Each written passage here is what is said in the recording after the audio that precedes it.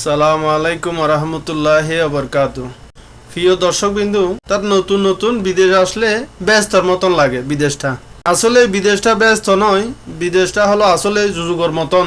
আমি কেন বলতেছি এই কথা, আপনারা অবশ্যই পুরো ভিডিও দেখবেন, তারপর মতামত করবেন। কারণ পুরো ভিডিও না দেখলে আমি কি বলতে চাচ্ছি সেই বিষয়টা আপনারা হয়তো বুঝতে পারবেন না।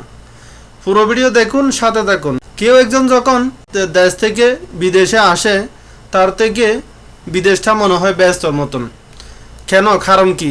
কারণ নম্বর 1, সেই দেশে 19 ঘন্টা, বাংলাদেশে 19 ঘন্টা প্রায় এখন কারেন্ট থাকে না, হয়তো আরও বেশিও থাকে না। সেই ফ্যানের বাতাস খাওয়া মানুষটা যখন, বা 18-19 ঘন্টা কারেন্ট না থাকার ঘরে বাড়িতে না থাকা মানুষটা যখন হঠাৎ বিদেশে এসে যখন এসি রুমের বাতাস খায়, এসি রুমে ঠান্ডা হাওয়া খায়, তখন তার থেকে বিদেশটা ব্যস্তর মতন লাগে। দ্বিতীয় অপশন, যে কখনো দেশে ভালো একটা জিনিস দিয়ে খাওয়া দাওয়া করতে পারতো না, বা কোনো একটা ভালো কিছু, এমনকি হাসি, এমনকি উড়োর মাংস যে কখনো দেশে দেখে নাই, সে ব্যক্তি যখন হঠাৎ করে বিদেশে আসে, যখন সেই উড়োর মাংস দিয়ে বিরিয়ানি খায় বা হাঁসির মাংস দিয়ে বিরিয়ানি খায়, তার থেকে বিদেশটা ব্যস্তর মতন লাগে। তৃতীয় অপশন, যে ব্যক্তি দেশে কিনা অটো রিক্সা বা এই টমটম এ ধরনের গাড়ি ছড়া লোক যখন হঠাৎ করে বিদেশে এসে কপিলের সাথে বা বন্ধু বান্ধবদের সাথে এসিওয়ালা গাড়ি, লেক্সাস গাড়ি, প্রাইভেট কার এই ধরনের গাড়ি করে যখন ঘুরে বেড়ায় এদিক সেদিক, যখন এদিক থেকে সেদিক থেকে, তখন তার থেকে মনে হয় এই বিদেশটা ব্যস্ত মতন লাগে। অপশন 4, বাংলাদেশে প্রায় অধিক সময় বৃষ্টি হয়। এখন উদিন বর্ষা সবসময় বৃষ্টি হতেই থাকে, হয়তো মাস 2-1 গ্যাপ যায়। তো যে মানুষটা সবসময় বৃষ্টিতে ভিজছিল বা ভিজা লোকটা যখন বিদেশে হঠাৎ করে এসে যখন রোদের তেজ যখন গায়ে লাগে, তার থেকে রোদটা মিষ্টি লাগে, মধুর লাগে। আসলে জান্নাত বেহেশত কি জন্য বললাম, আসলেই এই বিদেশটা তারা মনে করতেছে বেহেশত, আসলে বেহেশত না, এটা যুযুগ। সেটা কখন বুঝতে পারবেন?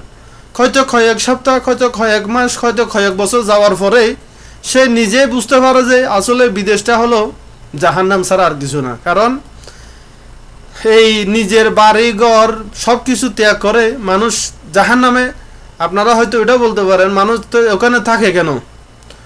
বাধ্য হইয়া থাকতে হয়, কারণ 4-5 লক্ষ টাকা যখন একজন ব্যক্তি ঋণ করে আসে এই প্রবাসের মাটিতে, তখন সেই ব্যক্তি নিজে না খেয়েও ওর ঋণ শোধ করতে হয়, নিজে না খেয়েও ফ্যামিলিকে সুখে রাখতে হয়। সেই জন্য সেই বুঝে শুনে, জানে শুনে সে যুযুগে থাকতে বাধ্য হয়। আপনি অন্য কারো সফলতা দেখে, আপনি অন্য কারো বাড়িঘর দেখে, অন্য কারো উন্নতি দেখে আপনি হুট করে বিদেশ আসতেছেন, এটা সবচাইতে বোকামি ছাড়া আর কিছু না। এরকম অনেক লোভে পড়ে আসছিল, এখন ফতর ফকির, এরকম অনেক আছে, অসংখ্য আছে। তো আমি বেশি কিছু বলবো না, হয়তো আরেক সময় বলবো। তো শুধু এতটুকু বলতে চাচ্ছি, আপনি ভালো আছেন আলহামদুলিল্লাহ, আমি ভালো আছি আলহামদুলিল্লাহ।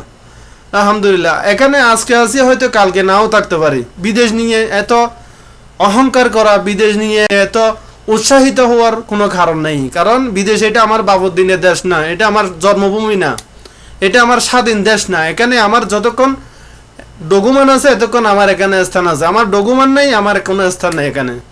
আজকে আছি কালকে নেই। এই বিদেশ নিয়ে এত লাফালাফি করে আমি মনে করি এটা এক ধরনের বোকামি ছাড়া আর কিছু না। কারণ আমি প্রত্যেকজনকে বলি, বন্ধু বান্ধব, আত্মীয় স্বজন যারাই আমার সাথে যোগাযোগ করে তাদেরকে সবাইকে বলি, আমি আজকে আছি কালকে নাও থাকতে পারি। আমি বিদেশ নিয়ে কাউকে বলতেছি না এত বছর থাকবো, এত মাস থাকবো, এত সপ্তাহ থাকবো, আমি কাউকে এ ধরনের কথা আমি বলি না। কারণ বিদেশ আমার দেশ না, বিদেশ আমার জন্মভূমি না।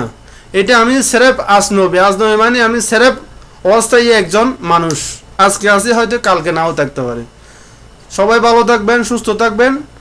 আল্লাহ হাফেজ।